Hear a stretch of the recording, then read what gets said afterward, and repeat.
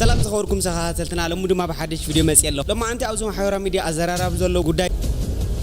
ابزخون يخو ساعات دقيق زربا يخون برقالو نا ኤርትራ መራحكم ካተካታ ኤርትራኝ እኔ ቤተሰቤ ነው የሚመስሉ በእውነት እግዚአብሔር መስክሬ የእንግሊዝ ዜጎች ወደ ኤርትራ እንዳይጓዙ ጥብቅ የተባለ መልእክት ተላልፎላቸዋል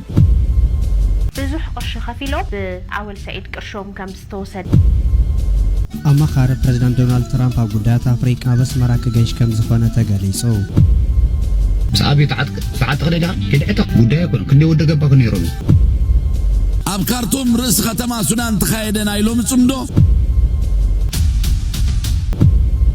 በምክንያት ጽምዶ ህዝብታት ቀርና አፍሪካን ኤርትራን ሱዳንን ኢትዮጵያን ጽምዶ ኮይታ ጽምዶ ቀደም እንታይ ዳ ኮንካ ከም ሓዲስ ትግርም انت تباسنا نعرق صبغ تسرحنا خان مرق نتزسقرنا تريد سقم قلت تخون كاس كم حدا قلصن لا تقول لنا قرأتنا به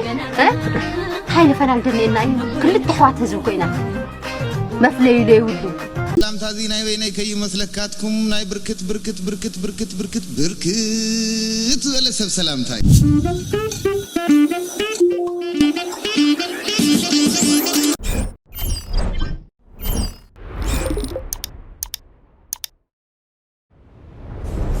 زياتو من خالوت فيديو تاسي حزام يسيلخو زخبركم زخبركم تخاتلت مدبي كاخم زعلان زغازا حدش ندحر خوينكم سبسكرايب مغار كيترسعنا والكسنا يصانحي لايك مغار جمرو سنا يصانحي سلام أنا يوردل سلام أوني حنن بعلمو سلام يوردل هاجرنا سلام انتقينا علم بعلمو نحنا نقصن من أسي يقصن عديتا نقصن أبوتا تقصن زغابير أملاك بعلمو محرته وردل አማካሪ ፕሬዝዳንት ዶናልድ ትራምፕ ጉዳያት አፍሪካ መስዑድ ባውሎስ ናበስመራ ከገሽ ከም ዝኾነ ተገሊጹ አማካሪ ፕሬዝዳንት አሜሪካ ጉዳያት አፍሪካ መስዑድ ባውሎስ ኣብ ዝቀረባ ግዜ ንሰብ ስልጣን መንግስቲ ኤርትራ ንምዝራብ ናበስመራ ከምርሕ ምዃኑ ሰብሳባት አፍሪካን ኮንፊደንሻል ይሕብር ኣሎ ኣብ ዝሓለፈ መዓልታት አማካሪ ፕሬዝዳንት ሕብረት መንግስታት አሜሪካ ጉዳያት አፍሪካ መስዑድ ባውሎስ ሃገሩ ምስ ኤርትራ ኣብ መዳህብራው ነግደ ጸጥታን ጸረ ሽብራን ማዕከል ዝገበረ ምይይጥን ምርድዳል ከትገበር ደሌታት ከም ዘለዋ መግለጹ ይዝካር ኤርትራኝ እኔ ቤተሰቤ ነው የሚመስሉ በእውነት እግዚአብሔር መስክሬ እንደው አንዴ ይሄ ሚኪ የሚባል እብድ እኔ ልናገር ብሎ አጥረገረኩ እንጂ እኔ ስጋ ዘመዴ ነው ኤርትራውያን የሚመስሉ እግዚአብሔር መስክሬ በጣም ብዙ ጓደኞች አሉኝ ማሪ የሚባል አሁን እኔ እመን በባል እኔ ማሪን አምነዋለሁ እግዚአብሔር መስክሬ እመን በባል ማሪን አምነዋለሁ በደንብ አምነዋለሁ እኔ ከብልጽግና ማሪን እመነው ብትለኝ ከአሳብ ጋር ተጣልተ እኔ ማሪ ጋር ነው የምሄደው አምነዋለሁ ኤርትራውያኖች በጣም መልካም ሰዎች ናቸው እግዚአብሔር በሚያውቀው ስጋ ዘመዴ ነው የሚመስሉ ፎርሳም ይመቹኛል ብዙዎቻችን ደግሞ ሶሻል ሚዲያ ላይ ኤርትራውያን ይመቹናል ምንም ከኛ ጋር ሰፋት አይፈልጉ ምናምን አይፈልጉ ምናምን የራሳቸው ነገር ነው የሚያደርጉ ከኛ ጋር ብዙ የሚሰፋፈጡት ነገር የለምና ይመቻል ኤርትራዊ ተንኮለኛ አንድ አምጣልኝ እምታውቀው አምጣ እኔ አንድ ማቀው ኤርትራዊ ተንኮለኛ እግዚአብሔር ምስክር ያላል አንድ ነው ማውራ ጽድት ያሉ ናቸው ማሪ የሚባል አሁን እኔ እመን በባል እኔ ማሪን አምነዋለሁ እግዚአብሔር ምስክር እመን በባል ማሪን አምነዋለሁ በደንብ አምነዋለሁ እኔ ከብልጽግና ማሪን እመነው ብትለኝ ከአሳብ ጋር ተጣል እኔ ማሪ ጋር ነው አምነዋለሁ ኤርትራውያኖች በጣም መልካም ሰዎች ናቸው ለኢትዮጵያውያን በተለይ እስከምናየው ድረስ በእርዳታ ጉዳይ በምን ጉዳይ በምንም በለው እኛን አስከፍተውና ያውቁ ሎሚ ጽምዶም መበል ሓደ ዓመቱ ኢና ተራኺብና ዘለና ግዜ እንታይ ኣሎ አብይ አህመድ ልክ ጽባህ ውግእ ጅምሪው ናቡሬት ጿሬን ቀሳቀሳሎ ዝባሃለሉ ዝነበረ ግዜ ማለት እዩ አነ ድማ ውግእ የለን ኢለ ጽሒፈ ፖስተር ዝጠቃዕኹሉ እንሆ ዓመት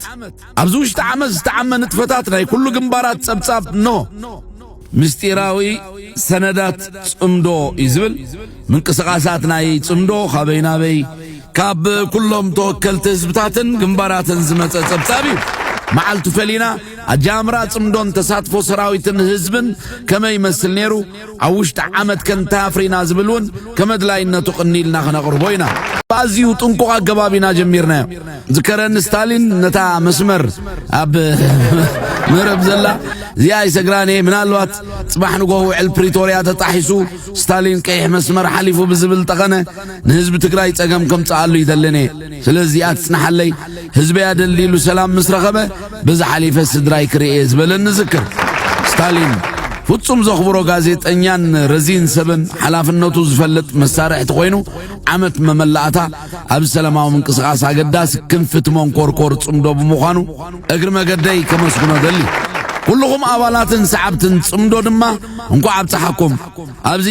ርችት ዝውልዓልና የለን ቶርታ ዝቆርሰልና የለን ሞሽሽ ዝህበና የለን ዝምርቃና አዴታት ዝምርቁና ቦታት ግን እልፍ አላፍ የሞ አብ ልብና ፌስታና ንጸምብል ክብለኩም ቲክና ኤርትራ ሚዲያታት ይመስሉኒ ምስ ዓወል ሰዒድ ርክብ ፈጢሮም ክኸዱ ሞኪሮም ነገር ግን ብዙሕ ቅርሺ ከፊሎም بعول سعيد كرشوم كم استوسد عينة حبريتها الجواح نيرونا أنا في بوتا نيرة مس عول سعيد منهم عينة ركب يهبلكم من جل كم إذا حبريتها زواج وبتخكل زي فلتنا هم قلت جبرنا جرني أدا أنا بتعمي من زي في الليل مس عول سعيد تنا جاكركم نيرة أبي رهيبيو أنا يرخبون أول شيء نا أول شيء بس مرة حواتي سدرا بيتي كويناسي نقولهم السون دبلن قانقاني أول شيء كم تزن زاربانو مال بالمس أول أجرهم أنا زاركم بتليفوني عليكم أولكم أول دولو من أنا سمي تقبلكم ماله بزح سوي دول ذلو نازم الكوت أكل كوت ولي زم الكوت أكل سكوا حضرت هذا نجن إلي فانيون نتن بعلت بيتي كم أون بيت سبكة رخيبهم بعلت بيتي ولا حواتين رخيبهم كله كملهم أستيسون جراني بدمي أنت السبت حجي أبي رخيبهم هو أبي كم رخيبه بنطور زي أنا حجي عبزني رخو فلتونا يكلني تابعت بيتي جن أبصرها خمس رقوبته أو يسرع أو شيء خصت متي رخيواته تزاريواته جن السود ولا جن أول شيء الشيء تلمني تلزلخان أول شيء مساي تراخبو كرشتوا هبو دخلني زربا خمسين لأن أنت عن ميديا جنتي ميديا أنا بتعمي زجرمني أنا غبتي أنا دكين سدراين كركب اللي حسنوكس وانتهينا بورو مالنا إذا ما حسبنا حزبي ده حاجة أنا خاف حزبي سبه حزبي ده عيد حق زند اللمبر حزبي نعي نمجوين قدين كتر فقول لي أنا حمر أنا أسبوع أكون عن سلينا مرن يبنيو كلام شيء نمنتهي زوجي يستجيرو أنا بتعمي زي أنا زي قداي نايت عنا قداي وحيمي مر بخلا يكون نمنتهي جنتي نينا كانت كلخلص نعنا يتسألونا أنا دفلت أنا تقول عن تمسك أول ساعة رخو دفلت أنا تقول عن تقال لا يبلي أي رخو كون هيبكا سلي قليز بلا بتقانك وا تاوي عيت حساب ميديا أنا عردن صوت ميديا أنا حسوتيو كسبت النزي أنت في الفتوى ذلك أبزخون يخون ساعات دقيقة زربا يخون مرقلو نا إرترا مرحكم كاتخاتا زخون يخون إرتراو مرقلو كمنا إرتراو مرحكم كامسا تودا أبي خوراتي أتورا نخبر بريزانت نايساسكو نا إرتراكم كاس مسا قرب اسمان بعداوي زخون بوليتيكانيا هاجرات رجحاني لهاجر كا تارجت جيرو زمت بريزدانت خون كقرب بعض خبزو كنا تبلي هاجر كا سمعنا وعيدو حديروسي وقت خفير الكاي زين كلهم ترجع خالد تسووا ترجع عادي نأتي مسعى حي جنريشن خنبري بسوي مرت نبتوزن اللي لرا مس هذا سناس يقول مس درج يقول ترجع خالد مسعى سيرو بقى الشيء بوتانو من أبو نو فجزينا خبي نبر نحنا تسوينا نزعتهم سوينا تمسعى جنريشن نادراسي هاجر ونيني نبري لهم بقى أوكي ساقع شجرات مورا حنكس كسيرة لا هاجر مسألة بعد أعطي من محدار يقول أبتي ديمقراطية فتح مش حاطينه نحوخان إحنا وقت خاتينا كان معراري هذا كونه قرب لكانوا نسوا سعمد دم تفاصيل إيرتراوي هم عدوا نزوج فرصات حجي بهذا البوليتيكا وفكر كلمة أحسابني لكانوا إذا كان إيرترا تراكم إيست أفريقيا مو خنددي لكانوا إيست أفريقيا مو خنددي إيست أفريقيا تراكم أبدي وتزلوا حيانا هجران حموش هجرات حزنا يمكن تأفعنا لكانوا هذا كيسنا رأينا فبلاقي حجي أبعثم تراي مسيطر كهنا كنا تدبره جيبوتي تدقسنا سرقة أي تدقسنا كل تروكيت زعفة كذبتي أو ذرنا تشاينا بيز نا أمريكا بيز نا فرنسا بيز كذبتي ركانو شو تتحزنا نحوح أو خمسة إيران زجبرة طريق غير أمريكا إسرائيل مسشجروا لزين عند عربية زي بيتعطل بقى هنا وكمان الجبرة በሰሜኑ የሀገራችን ክፍል በመጪዎቹ ጊዜያቶች ጦርነት የመቀስቀስ ዕድሉ ሰፊ መሆኑ ተገልጿል። ለዚህ አንድ ማሳያ ተደርጎ እየተጠቀሰ ያለው በዛሬው ዕለት የእንግሊዝ መንግስት ለዜጎቹ ያወጣው የጉዞ ማስጠንቀቂያ ነው። በጉዞ ማስጠንቀቂያው መሰረት የእንግሊዝ ዜጎች ወደ ኤርትራ እንዳይጓዙ ጥብቅ የተባለ መልእክት ተላልፎላቸዋል። ሌሎች ሀገራትም ለዜጎቻቸው የጉዞ ማስጠንቀቂያ እየሰጡ እንዳለ ተሰምቷል። ከዚሁ ጉዳይ ጋር በተያያዘ በቀጣዮቹ ቀናቶች በትግራይ ክልል የሚፈጠሩት ነገሮች ትንሽ አስፈሪ ሊሆኑ ይችላሉ ተብሏል። ከእነዚህም መካከል ህወሓት ከ6 ዓመት በፊት በህገ ወጥ መልኩ ያካሄደውን የምክር ቤት ምርጫ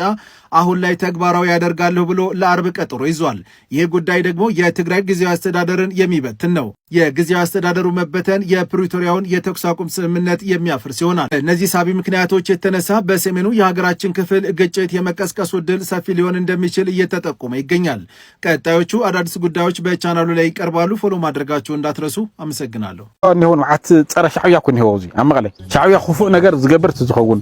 ኣብ ፖለቲካ ትግራይ ዝኣቱ ትዝኸውን ጸጥታ ትግራይ ክዘርግ ትዝደሊ ነርኮ ሓነቑ ከም ወሰደም ነይሩ እንኳን ካብ ትግራይ ሲለካ ኣለኹ ካብ ኢትዮጵያ ሓነቑ ከይወስድ ድሕደሊ ሻዕብያ ረቂቕ ስለይ ኣለዎ ረቂቕ ወታደራዊ ስርሒት ኣለዎ ጸላእተ እዮም ዝበሎም ሰባት መንጢሉ ክወስዶ ይኽእል እዩ። ኣሜሪካ ከም እንዲያ ትገብር ዝኾነት ሃገር ከም እንዲያ ትገብር እስራኤል ከም እንዲያ ትገብር እንታይ ሓድሽ ነገር ኣለዎ ግን ሻዕብያ ክሳብ ክንደኡ ከይዲ እዩ ዝብል እምነት የብለኝ። እሱር ግን ትግርኛ ተዛረብቲ ኮይኖም ህዝቢ ኤርትራን መንግስቲ ኤርትራን ኤርትራ ትበሃል ሃገርነታ ፈሪሱ ሞግዚት ናይ ኢትዮጵያ ክትከውን ህዝቢ ኤርትራ ክብተን ዝሰርሑ ስለ ዘለዉ ነዚኣቶም መንግስቲ ኤርትራ ስቕ ኢሉ ክዕገሶም እዩ ማለት ኣይኮነን። እዚ ፍሉጥ እዩ ፀሓይ ዝወቕዓ ስለ ዝኾነስ ግዜ ምጥፋእ ኣየድልን ኢለ እዚ ሓደ ሻዕብያ ስኒ ዝነኸሰሎም ናይ ሕወሓት መራሕቲ እውን ኣለዉ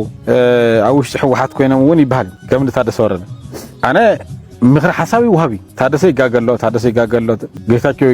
ይጋገሎ ከምኒ ታደሰ ጠቕሊሎም ናብ ሸዋ እንትኸዱ ሻው ፀረ ህዝቢ ትግራይ እዮም ዝኾኑ ፀረ ህዝቢ ትግራይ ከዓኒ ፀረ ሻዕብያ ይኾኑ ስለ ዘለዉ ሻው ሓድሽ ነገር ስለ ዘይብሉ ክትትሎ ዘለካ ነገር ክኸውን ይኽእል እዩ። ስሩ ግን እዩ ኣሰላልፋ ትግራይ ክዕኑ ትግራይ ከጥፍእ ዝንቀሳቐስ ቀፂሉ ኤርትራ ክትጠፍእ ሃገር ኤርትራ ብፀላእቲ ክትጉበጥ ዝሓስብ ዝኾነ ይኹን ፍጡር ትግራዋይ ይኹን ኣምሓራ ይኹን ኦሮሞ ይኹን ዓፋር ይኹን ግዛዕ ይኹን ፀላእ እንተሃልዩ ንመሰሎም ንረሕዖም ንሃገሮም ክሕልው ክሉ ክከላኸሉ መሰሎም ምስ ኣብዩ ሰዓት ክደዳ ሄድዕታ ጉዳይ ይኮን ክንደይ ወደ ገባ ነይሩ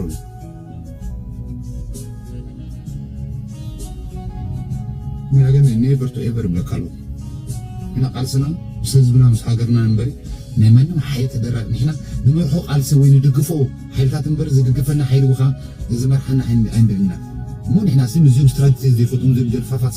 سأنو مع العلوم زي كلوسي مساعتو مع نسي مدافع عسيرس أبي أترك تكوسي كتحسب على كم يكون كم تقول يعني دمكورنا عين التناسب مخ حسن مخوصلو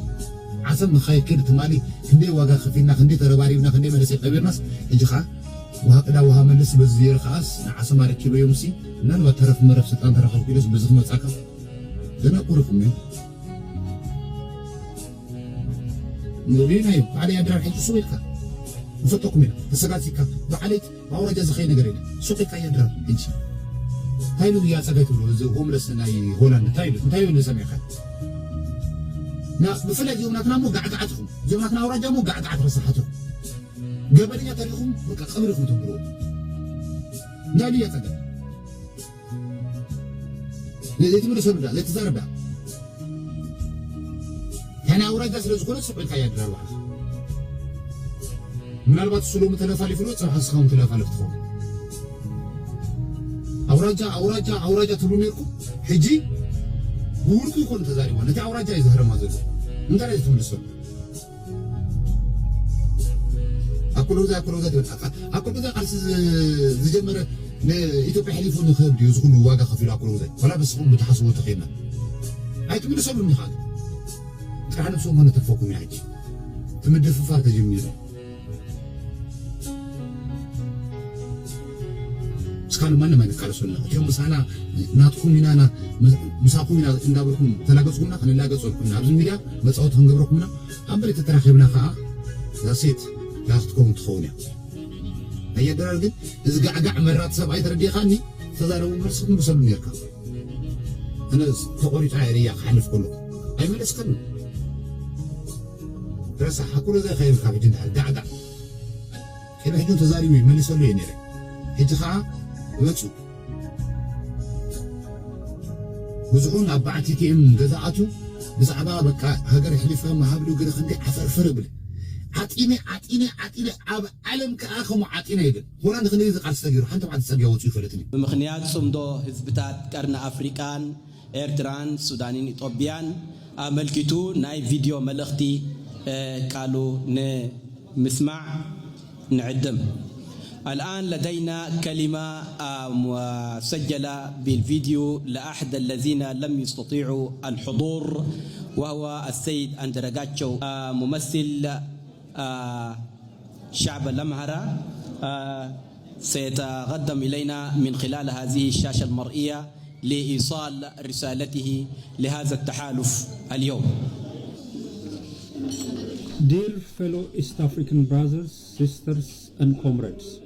ዝተፈተኹም ኣሕዋትን ኣሓትን ህዝብታት ምብራቕ ኣፍሪቃ ኣብ ዝሎማ ኣብ ሱዳን ዝካየድ ዘሎ ናይ ምብራቕ ኣፍሪቃ ሕብረተሰባት ጽምዶ ናይ ድጋፍን ምትሕጋዝን መልእኽቲ ከመሓላልፍ ዕድል ብምርካበይ ልዑል ክብሪ ይስማዓኒ እዚ ናይ ሎሚ ጉባኤ ወይ ኩነት ታሪኻዊ ካብ ተራ ጉባኤ ዝገዘፈ ታሪኻዊ ትርጉም ኣሎ ምኽንያት ታሪኻውነቱ ድማ እቲ ወቕቲ እዩ እዚ ጽምዶ ዝካየደሉ ዘሎ እዋን ናይ ቀርና ኣፍሪካ ሃገራትን ማሕበረሰባትን ኩሎም ብዓብዪ ስእነት ሰላም ንናይ ምፍንቓልን ሞትን ህልቂትን ትራጀዲ ዝተቓልዕሉ እዋን ብምዃኑ እዩ ናይ ኩሉ ሕብረተሰባት ምብራቕ ኣፍሪቃ ስቃይን መከራን ተመሳሳልን ሓደ ዓይነትን ንዝኾነ ይኹን ዘይመሓረ ስቒልና እንተገዲፍናዮ ድማ ንኹልና ዘይምሕረና ምዃኑ ብምግንዛብ ዝተገብረ ጽምዶ ብምዃኑ እዩ ፍሉይ ዝገብሮ ንነዊሕ እዋን ሕብረተሰባትና ፈጺሙ ዘይግብኦም ስቃይን መከራን ከም ዘሕልፉ ተገይሩ እዩ ናይዚ መከራን ስቃይን ዝዓበየ ምኽንያት ንሕና ምብራቕ ኣፍሪቃውያን ካባና ወፃእ ንሰላም ንምዕባልና ንመሰልናን ንኽብርናን ዝቑርቆር ከምዘየለ ፈሊጥና ናይ ሓባር ዕድልና ብሓባር ኣብ ክንዲ ንቆፃፀሮ ናትና ጽቡቕ ንዘይምነ እዩ ገንዘብን ጉልበትን ዘለዎም ሃገራት ኣብ ዕድልና ወሰንቲ ንክኾኑ ብምፍቃድና ዝመፀ እዩ ሕጂ መከራና ካብ ምኽፉእ ዝተላዕለ ኩላትና እናተረዳእና ዝመፀ ሓቂ ኣሎ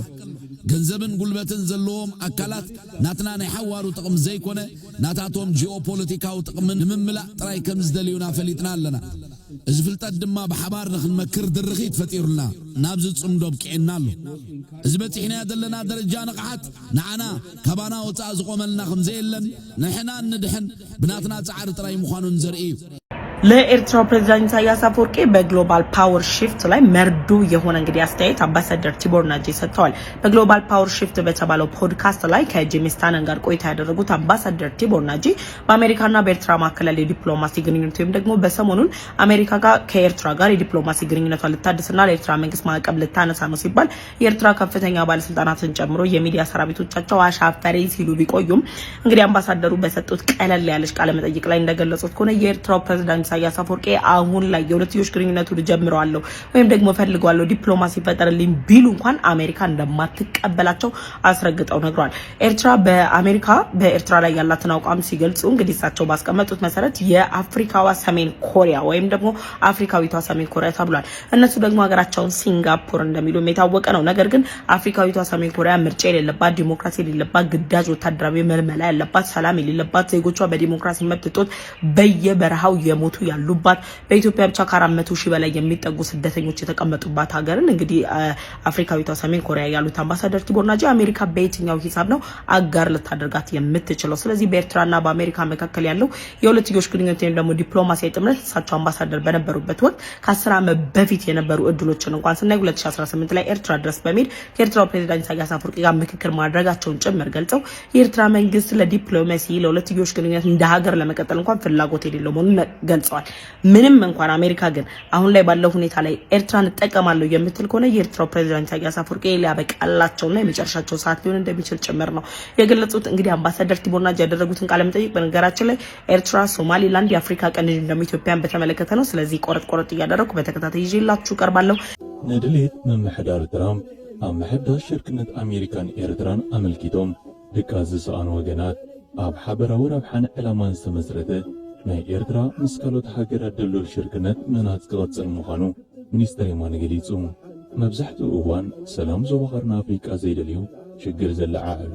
ወይ ካብ ግጭት ዝጥቀሙ ዝሞተ ልብስ ዘለዎም ኣፍላሕን ጨመንጪ ባርያቶም ዘይቅብል ኮይኑ ይርአ መላው ተገሊጹ። ሚኒስተር የማነ ገብረ መስቀል ድሕሪ ኣዛራቢ ድሌታት መምሕዳር ትራምፕ ንመምሕያሽ ዲፕሎማሲ ኣሜሪካን ኤርትራን ዝምልከተ ሓበሬታ ድሕሪ ምውፅኡ ዝተረኣዩ ዝተፈላለዩ ናይ ጠፋሸት መግለፂታትን ሓሳባትን ኣመልኪቱ ዝሃቦ መምሪ እዚኣ ተሓሳስባ ዞም እፍሊ ሓንጭ ምንጪ ክብል ዝጠቐሶም ኣንጻር ኤርትራን መሻርክታን ዝንቀሳቐሱ ብፍላይ ኣብዚ ሰሙን እዚ ኣብ ናይ ትምክሕቲ ባህርያቶም ናይ ሓሶት ተዋስኦምን መጻእን ፖለቲካዊ ጉዳያት ኤርትራ ሰፊሕ ቀርኒ ኣፍሪካን ናይ ምውሳን ሓይሊ ከም ዘለዎም ገይሩ ዘርኢ ሓሳባቶም ኣዝዩ ንጹር እዩ ክብል ዕላማ ትንተናታቶም መብርሂ ይብሉ። ኤርትራ ብቐጻሊ ኣሉታዊ ነቐብታ ኣይትጽሎን እያ ዝበለ ሚኒስተር የማነ ኣብ ሓበራዊ ረብዓን ዕላማን ዝተመስረተ ናይ ኤርትራ ምስ ካልኦት ሃገራት ድልዱል ሽርክነት ምህናፅ ክቕጽል ምዃኑ ነቶም ናይ ኤርትራ ጽቡቕ ዘይመነዩ ብወግዒ ኣፍሊጡ ኢትዮጵያ በድሮ እየተጋደለች እየተማዋተች ነው የመጣች አይሆንም ተብላ ተነግረናል። ይህን ስርዓት ባካችሁ ኢትዮ ኤርትራ ሱዳን አግዙን፣ ባካችሁ ድምጻችሁ አሰሙልን እያሉ መልእክት እያስተላለፉ ይገኛሉ። ዛሬ ኢትዮጵያውያን ከናንተ ህዝብ ይህ ካልሆነ ለዓለም ድምጻችሁ አሰሙልን፣ ከወንድም ከእህት ከኢትዮጵያ ኤርትራ ሱዳን ተባብረን በአንድነት ማንቆምበት ዓላማ የለን። ይህን ተልእኮ ስንፈጽም በዚህ ይህን ስንናገር አይናቸው እንባ የሚያነባ ደም የሚያነባ ሰዎች አሉ፣ የገዢው ስርዓትና ስርዓት ተከታዮች። ዛሬ እኔ ካለሁበት ማንኛውም ዘመን አፈራሽ በድሮና በጀት እየደበደብኩ ስልጣኔ አከብራለሁ የሚል ኃይል ተፈጥሮብናል። ይህ ስርዓት ግን ዛሬ ፋኖ የሚባል ኃይል ተነስቶ በእውነት ስነግራችሁ ለ500 ሰራዊት የገዛው ስርዓት 5 ፋኖ ሲያንበርደው ያድራል። ቆርጦ ተነሳል። ህዝብ ነው ይሄ ህዝብ ይወጣ ከብራካቸው የተገኘ ህዝብ ነው። ይህ ለሚሆነው ስርዓት ግን ዛሬ በዓለም መድረክ እኛ ስልጣን ፈልገን አልተነሳንም፣ ህዝቦች ነን። ስርዓት ሲጨንቀን እኛ ተምረን መግባት አልገባንም፣ ሰርግ ውለን መግባት አልገባንም፣ ጥምቀት በህፃ ቤተክርስቲያን ተጠምቀን መግባት አልገባንም። የሚሞተባት ሀገር የሚደመሰስባት 5 ሆነ ከተገኘ በሰማይ ምን አይነት እንደሚደመሰስ እንደምትሞት አታውቅም። 5 ሆነ መሄድ በኢትዮጵያ ክልክል ነው። ዛሬ ኃጢአት ነው፣ ወንጀል ነው። ግን እናንተ ይዞ ዛሬ የጽምዶ አቀንቃኞች ኢትዮ ኤርትራ ሱዳን ክብር ምስጋና ይግባችሁ። እኛ ኩናት አንፈልግም፣ ኩናት ይበቃል። ግን እንቃወማለን ለኩናት